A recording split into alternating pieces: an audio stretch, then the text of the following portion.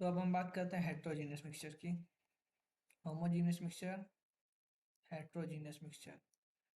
Matter को दो तरह में क्लासिफाई किया गया, मिक्सचर में, प्योर सब्सटेंस में। Mixture no fixed composition, pure substance fixed composition होता है। मिक्सचर को दो तरह में क्लासिफाई किया गया, homogeneous mixture, heterogeneous mixture. Homogeneous mixture क्या होता है? जो कि यूनिफॉर्म मिक्स हो, जो क्या हो, यूनिफॉर्मली मिक्स हो। Heterogeneous mixture non uniform mix हो, non uniformly mix, non uniformly mix हो। अब हम बात करते हैं प्योर सब्सटेंस को। यहाँ पे देख लेते हैं प्योर सब्सटेंस।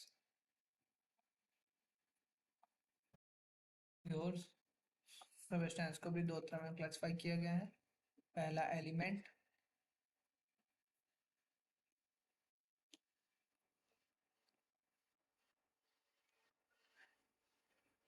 एलिमेंट्स में, और कंपाउंड्स में, एलिमेंट्स में और कंपाउंड्स में।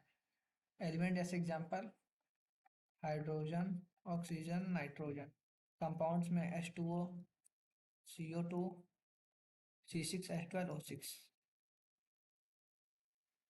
ठीक है। अब आ गया है क्वेश्चन, चलिए हम देते हैं आपको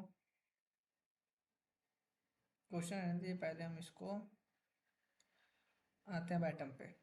क्वेश्चन के लिए अलग से हम वीडियो बना लेंगे। एटम पे, एटम क्या होता है? Smallest smallest unit of matter. Atom क्या होता है? Smallest unit. एग्जाम्पल क्या है? Oxygen, sodium, iron, helium, nitrogen, fluorine. और एटॉमिसिटी क्या होती है? Atomicity, number of atom of an element in a molecule, in a molecule, उसे हम एटॉमिसिटी कहते हैं। केस वन,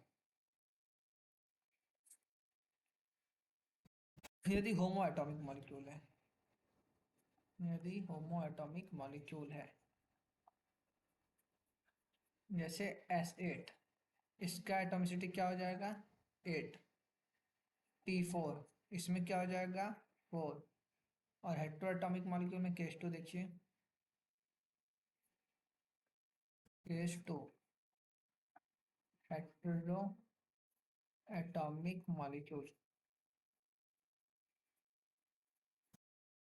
एटॉमिक मॉलिक्यूल, इसमें टोटल हम कर देंगे। जैसे H2SO4 है, तो इसका क्या हो जाएगा? 2, 3 और 7, इसका 7 हो जाएगा। ठीक है। अब जैसे क्वेश्चन देते हैं, यदि 10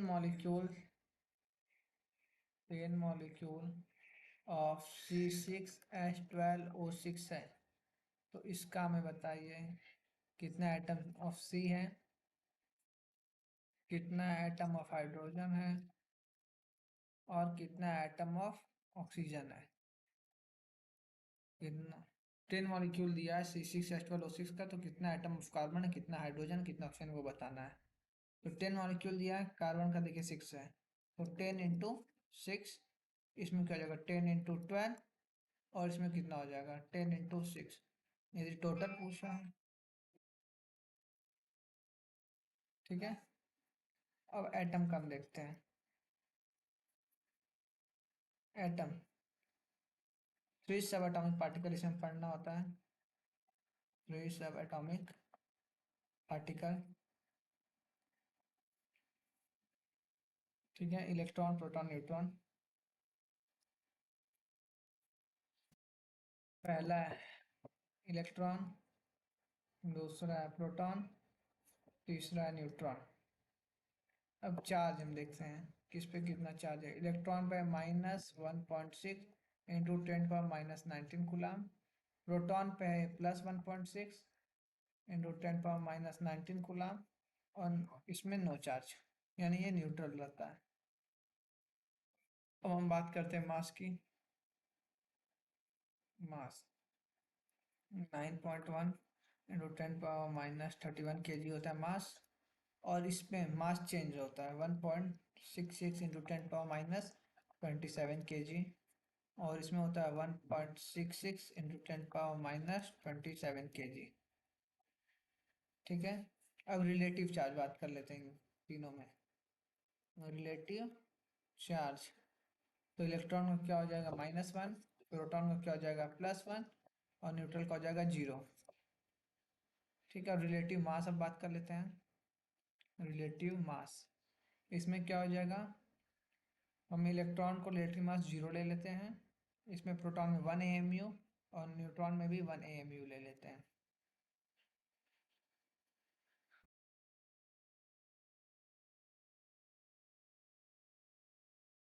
और एक्चुअल में अगर तुम आपसे नीट में पूछेगा तो ये लगाना है, इन एक्चुअल मास ऑफ न्यूट्रॉन जो होता है ज़्यादा होता है मास ऑफ प्रोटॉन से, और ये फिर मास ऑफ इलेक्ट्रॉन लेस्ट। ठीक है। Atom, atom an element can be identified by, पहला सिंबल से, एटम को हम आइडेंटिफाई करेंगे पहला सिंबल देंगे, दूसरा एटॉमिक नंबर और फिर तीसरा मास नंबर। इन तीन से हम एटम को क्लास आइडेंटिफाई करते हैं। ठीक है। आइए, तो आगे का हम स्टडी अगले करते हैं।